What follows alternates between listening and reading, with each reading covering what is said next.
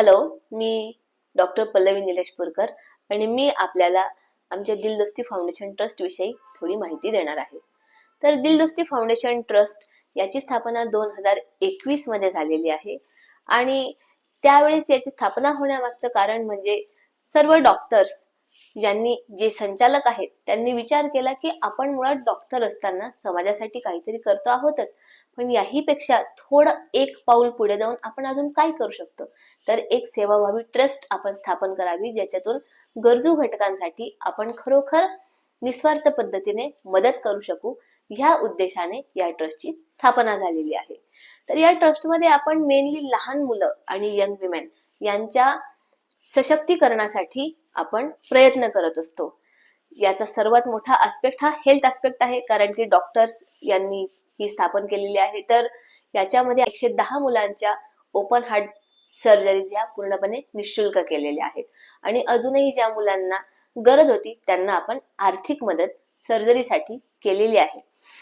तर ही का स्थापन झाली, तर डॉक्टर निलेशपूरकर जेव्हा शिकत होते केएम मध्ये तर त्यावेळेस त्यांनी तिथे बघितलं की लहान मुलांच्या सर्जरीसाठी खूप जास्त वेटिंग पिरियड आहे.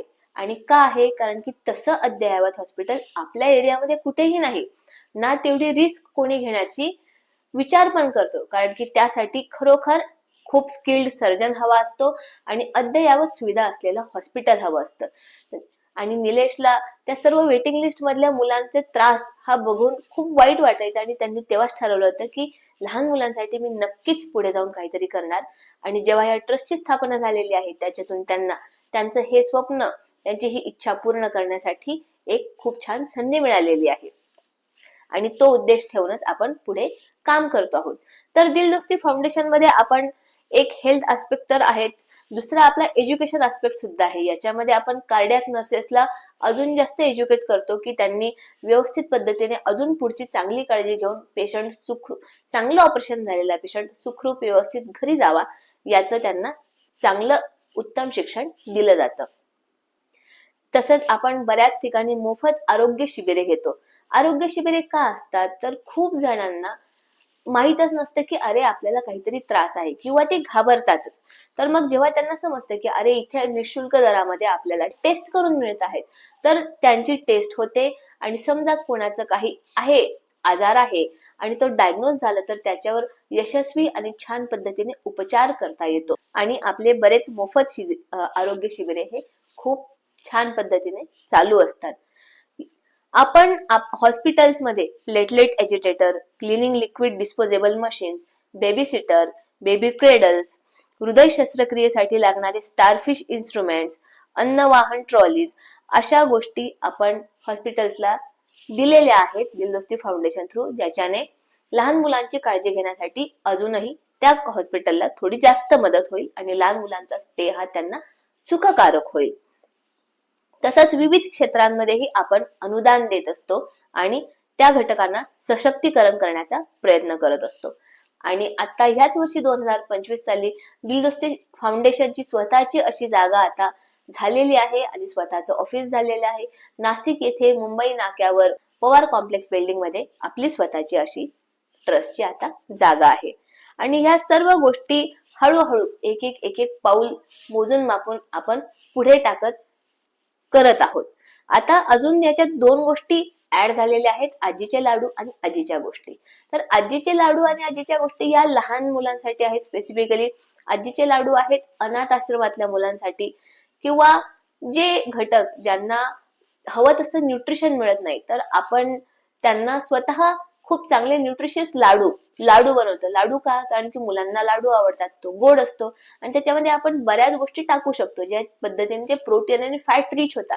आणि जर तो एक लाडू जरी मुलांनी खाल्ला, असं त्यांनी साधारण 20 दिवस एक तसा लाडू खाल्ला, तर त्यांचं बऱ्याच न्यूट्रिशनल डिफिशियन्सी ह्या भरून निघतात आणि ते बाळ हे सशक्त होतं आणि हीच बाळ पुढे आपल्या देशाचे आधारस्तंभ होणार आहेत. हा विचार ठेवून आपण आजीचे लाडू ही संकल्पना राबवतो. तसंच आजीच्या गोष्टी हे शहरी मुलांसाठी आहे. तर आज बघायला गेलं तर शहरी मुलांमध्ये सशक्तीकरण आहे, पैसा आहे, सर्व काही आहे, पण संस्कृतीशी जोडलेली नाळ ही थोडी कमी झालेली आहे. आणि संस्कृतीशी जोडलेली नाळ ही फार महत्वाची आहे आपल्या स्वतःच्या स्ट्रॉंग नेशन असण्यासाठी, आणि त्याच्यासाठी आपण मुलांना छोटासा एक विषय देतो, जसं की रामायण, महाभारत, कृष्ण, आणि त्याच्यावर मुलं अभ्यास करून येतात. 4 ते 5 तासांचा इथे सेशन असतो, ज्याच्यामध्ये मुलं छोटीशी परीक्षा देतात, सगळ्यांसोबत खेळतात, एनॅक्ट प्ले होतात, खूप साऱ्या गप्पा मारतात आणि खूप सारा आनंद घेऊन आणि चांगल्या मेमरीज घेऊन इथून घरी जातात, की ज्याच्याने त्यांना कुठेतरी वाटतं की अरे नाही, ही गोष्ट मी करायला हवी, आणि ती पण आनंदाने. आजीच्या गोष्टींनंतर दिलदोस्ती फाउंडेशन एक अजून खूप सुंदर उपक्रम राबवते, प्रेमाचा घास. यामध्ये आपण रुग्णांना आणि त्यांच्या नातेवाईकांना नाममात्र 1 रुपयामध्ये सकस पौष्टिक असं जेवण देतो, आणि याच्यात एक्स्ट्राचे जे लागणारे पैसे आहेत ते दिलदोस्ती फाउंडेशन देते. आता आपण हे का बरं करतो, तर बऱ्याच वेळेस रुग्ण हे खूप लांबून आलेले असतात.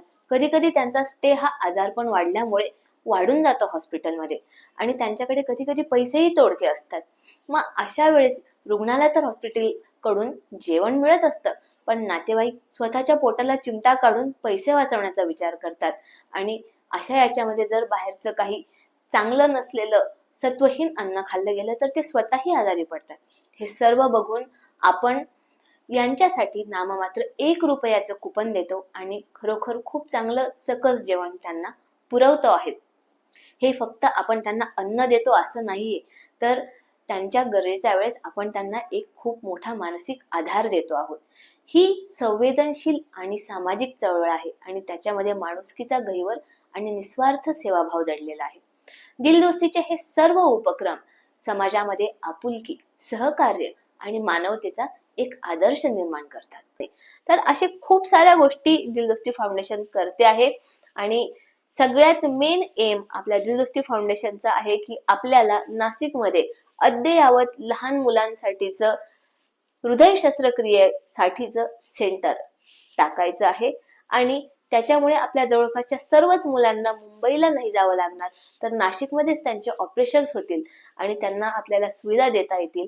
यासाठी आपल्याला शासकीय अनुदानही आपण उभं करण्याचा प्रयत्न करत आहोत, आणि क्राऊड फंडिंगद्वारेही आपण अनुदान घेत आहोत, आणि अशा प्रकारे लोकांचे हॉस्पिटल आपण देण्याचा प्रयत्न करणार आहोत. तर या कामामध्ये नक्कीच तुम्ही सर्वांनीही जुडावे ही मी आपणास विनंती करते. धन्यवाद.